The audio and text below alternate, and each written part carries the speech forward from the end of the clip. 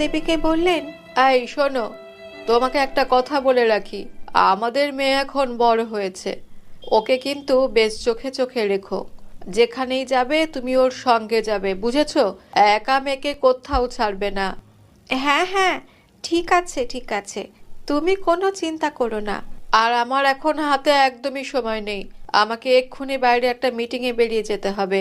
চটপট আমার ব্যাগটা গুছিয়ে দাও তো দেখি। হ্যাঁ, একটু বসো, এক্ষুনি নিয়ে আসছি। এরপর রাকেশবাবু তার কাজের জন্যে কিছুদিন বাইরে ছিলেন। এদিকে মধুচন্দাকে তার পড়াশোনার জন্য একটি কোচিং ক্লাসে ভর্তি করানো হয়েছিল। সেখানে পড়তে গিয়ে এক সহপাঠী বন্ধুকে মধুচন্দার খুবই পছন্দ হয়ে যায়। ছেলেটির নাম ছিল অর্ক। সে খুবই হ্যান্ডসাম ছিল। তাকে দেখা মাত্রই মধুচন্দ্রা তাকে তার মনটা দিয়ে দিল। এরপর পড়তে যাওয়ার